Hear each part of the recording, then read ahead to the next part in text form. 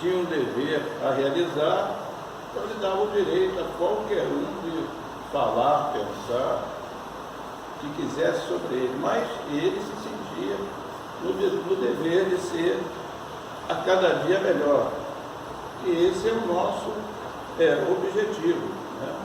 Ser cada dia melhor. Eu fui buscar o significado de dever.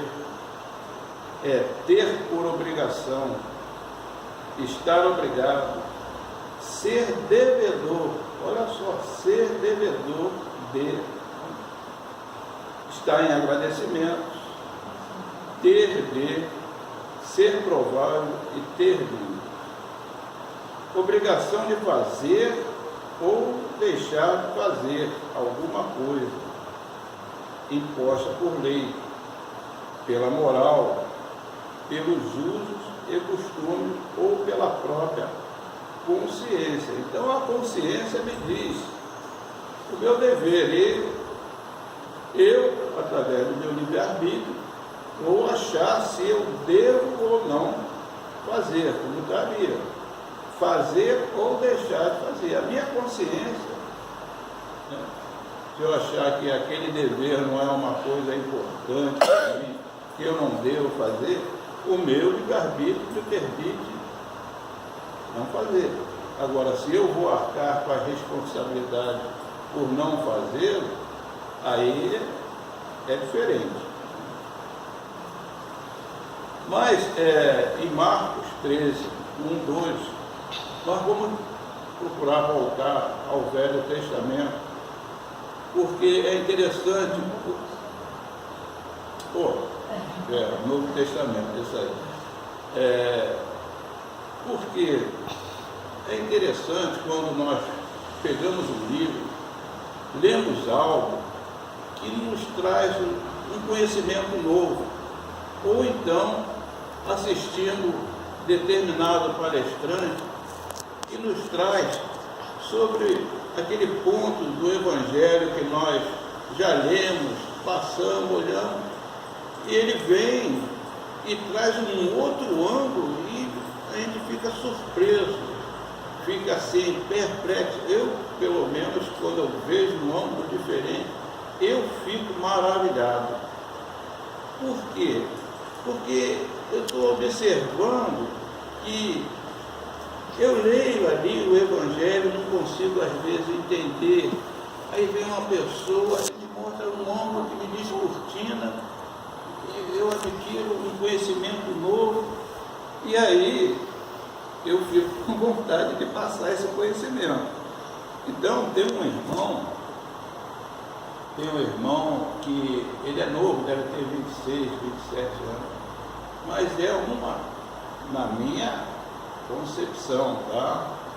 É uma capacidade, é uma sumidade, como eu também conheço outros irmãos que às vezes eu estou assistindo a palestra dele, aborda um ângulo que eu fico, e depois a pessoa chega para mim e fala assim: rapaz, nem eu sei o que eu falei, eu vou lá correndo ver, como o próprio Haroldo Dutra aqui, poxa, às vezes assistindo em casa com meu filho, eu falo: peraí, volta, e aí vou ver. Aí meu filho fala: pô, papai, mas foi você que falou isso. Eu falei, eu fui só com o instrumento, mas eu não captei, né? Então esse irmão, na minha visão, para mim, trouxe um conhecimento muito grande que se chama Arthur Valadares. Eu gostei demais do que eu aprendi com ele ali e vou procurar repassar. Porque na realidade nós somos apenas instrumentos, nada é nosso.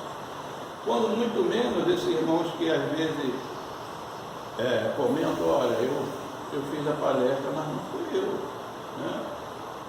Então a gente está vendo que a espiritualidade ela está agindo, ela está trabalhando, ela aproveita a mediunidade, aproveita um irmão de boa vontade e vai intuindo. Quando a gente vê, né, tem aquelas maravilhas, né? Então está ali em Marcos 13, 1, 2, mestre, olha que pedra e que edifício. E respondendo, Jesus disse: vês estes grandes edifícios? Não ficará pedra sobre pedra que não seja derrubado. Jesus respondeu e disse: derribai, aí já em João, né? João. Jesus respondeu e disse: derribai este templo, e em 3 dias eu o levantarei. Disseram, pois, os judeus: em 46 anos foi edificado este templo, e tu o levantarás em 3 dias? Mas Jesus não estava falando do templo de pedra. Ele edificaria o templo em 3 dias após a ressurreição dele, após a crucificação, após a ressurreição.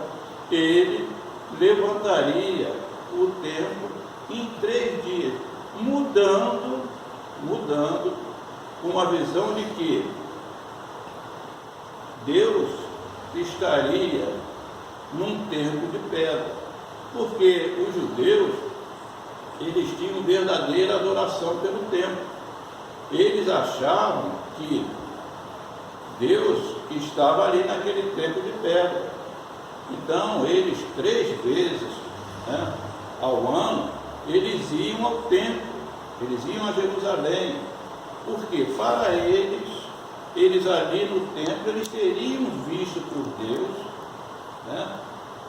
e para eles Deus estava ali dentro daquele templo de pedra. Aí Jesus vem dizer o seguinte: olha, eu vou derrubar esse templo vai ser derrubado, e logo após, era até uma profecia dele, os romanos vieram e derrubaram o templo, mas ele estava dizendo que edificaria o templo do Espírito.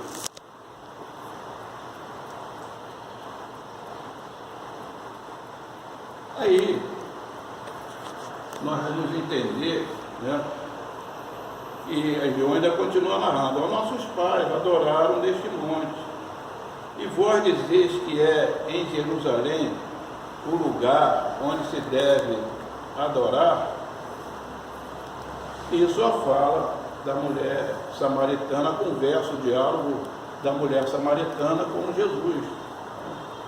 A mulher samaritana perguntando a Jesus: nossos pais adoram aqui nesse monte. Vocês dizeis que é em Jerusalém o lugar onde se deve adorar? Disse-lhe Jesus: mulher, crê-me que a hora vem em que nem neste monte, nem em Jerusalém adorareis o Pai. Vós adorareis o que não sabeis, nós adoramos porque sabemos, porque a salvação vem dos judeus. Mas a hora vem, e agora é, em que os verdadeiros adoradores adorarão o Pai em espírito e em verdade, porque o Pai procura tais que assim o adorem. Deus é espírito, importa que os adoram e adorem, que o adoram e adorem em espírito e em verdade. Então, aquilo que Jesus disse: olha, após 3 dias vou ressuscitar, após 3 dias, após a minha ressurreição, eu vou edificar um novo templo, que é o templo do Espírito. E na conversa com a mulher samaritana, ele demonstrou o seguinte: olha só, não é nem no Monte Sião, nem no Monte Gerizim, que Deus deve ser adorado. Deus deve ser adorado em espírito. Então aí a gente entende aquela fala de Jesus, a fé transporta os montes. Como dizer, se você tem fé, o templo é o seu interior, é o seu coração, é o seu espírito, você edifica o templo dentro de você, dentro do seu interior. Ou seja, você não precisa de um lugar físico para adorar Deus. Desde que você tenha fé, aonde você estiver, você pode adorar Deus. Ou seja, ele começa a mudar vamos dizer assim, uma estrutura de que, uma concepção de que para adorar Deus, principalmente relacionada àquela época, né, em que os judeus e os samaritanos tinham os seus locais próprios, os seus locais físicos de pedra, onde eles achavam que Deus estava ali, e Jesus vem mostrar que não, que Deus está no nosso interior. Vou ver aqui, meu roteiro aqui. Então ele vem dizer o seguinte: o que torna sagrado não é o local físico, é uma ação que você pratica, né, em qualquer local, na sua casa, no seu trabalho, mas em que você tenha sentimento e conexão com Deus. Aí você edifica o seu templo interior, né? Então você não precisa estar dentro de um local de pedra. E aí você transporta, como ele está dizendo, ó, você transporta, você tem fé, você transporta aquele monte, o Monte Sião, o Monte Gerizim, você transporta esse monte para o seu interior, para dentro de você. Por isso que Jesus afirma, a fé transporta os montes, se referindo àqueles montes, né, que eram onde os judeus e os samaritanos adoravam a Deus. Porque de acordo com a nossa fé e com a nossa fidelidade em Deus, as leis divinas, nós edificamos um templo interior. Então, o Cristo não estabelece linhas divisórias entre o templo e a oficina. Toda a terra é seu altar de oração e seu campo de trabalho ao mesmo tempo. Do livro Caminho, Verdade e Vida, de Emmanuel.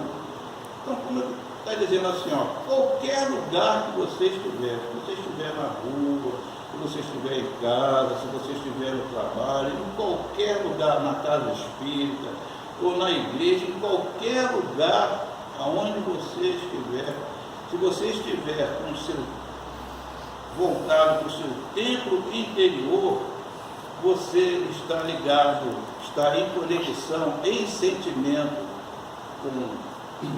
com Deus. Poxa, você está ali edificando o seu próprio templo interior.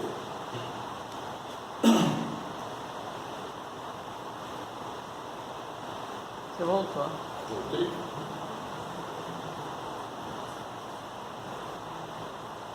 Até adiantei aí, eu botei uns desenhos ali.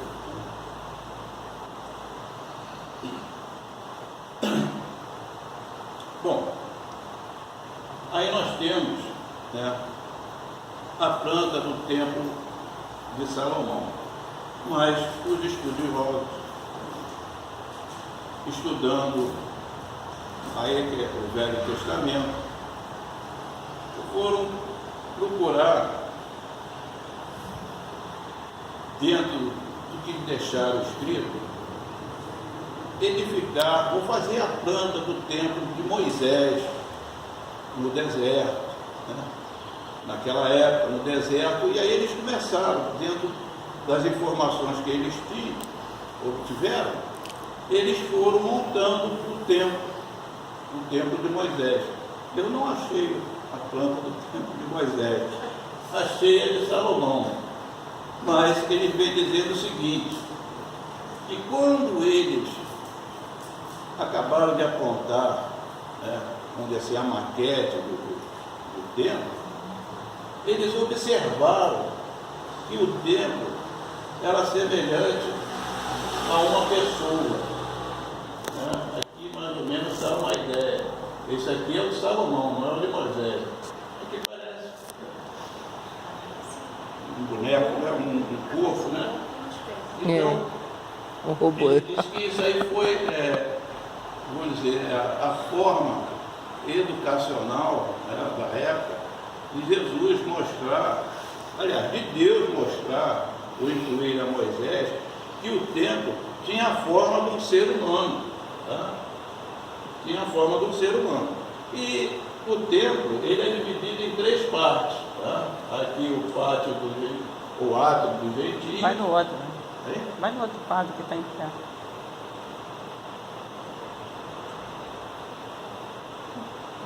Não, mas tá de cabeça para baixo. Não tá? Não. Aí tem o átrio dos gentios, né? O segundo lugar santo. Bom, vamos começar. No átrio dos gentios, só estava ali o povo. Estavam os gentios, estavam os judeus, tudo misturado. Estavam os vendedores do templo. Ali eram aqueles que ainda estavam iniciando uma busca a Deus, né? Ainda não tinham aquela firmeza. Eram aqueles que mercadejavam. Olha, eu dou isso, mas quero aquilo. Por isso os vendilhões do templo era onde se fazia como é?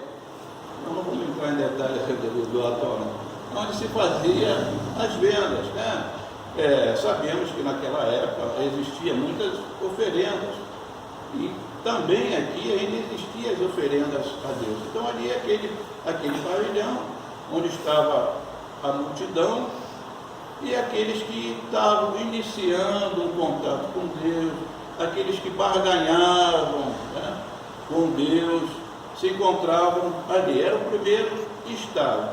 Mas diz que você, para passar para o segundo estágio, que é o lugar santo, só entravam os sacerdotes. Lê.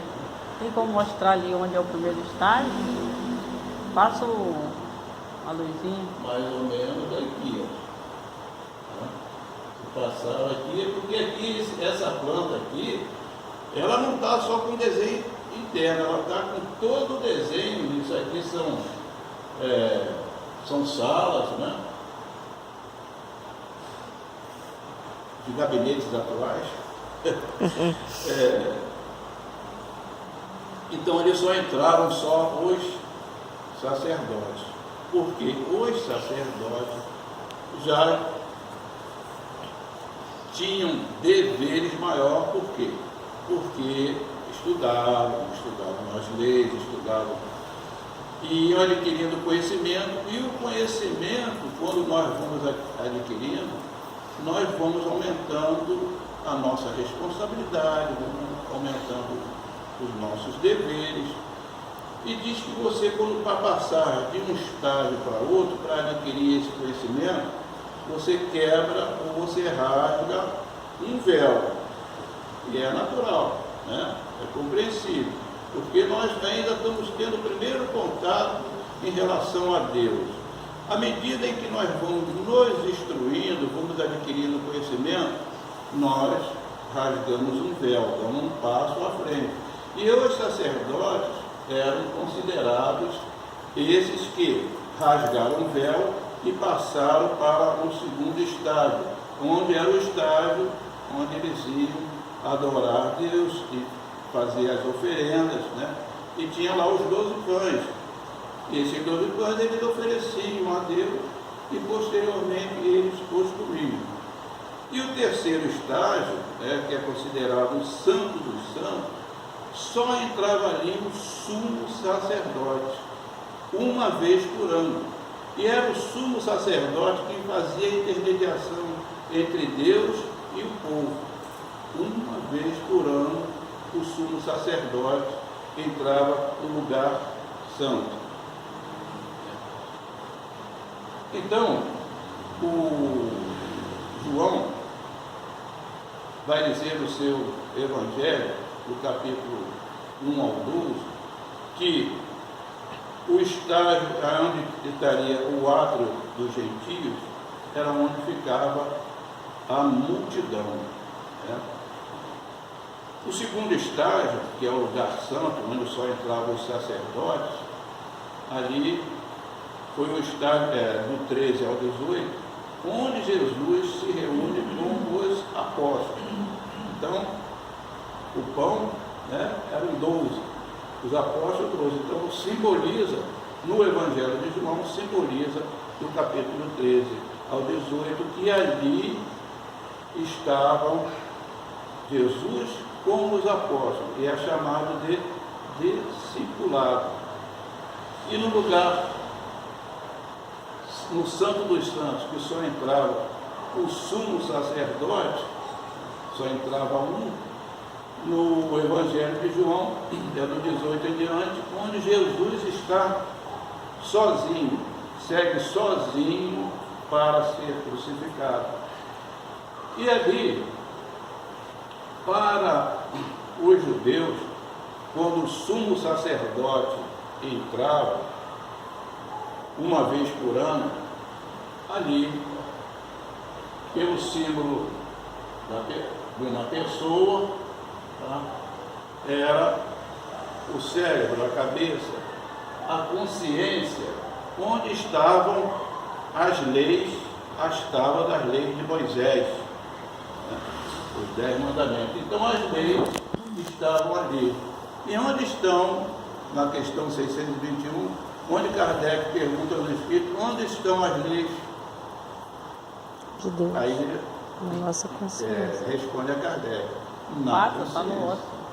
Está no outro.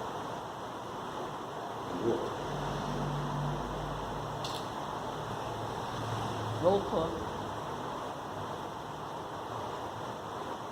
É aí.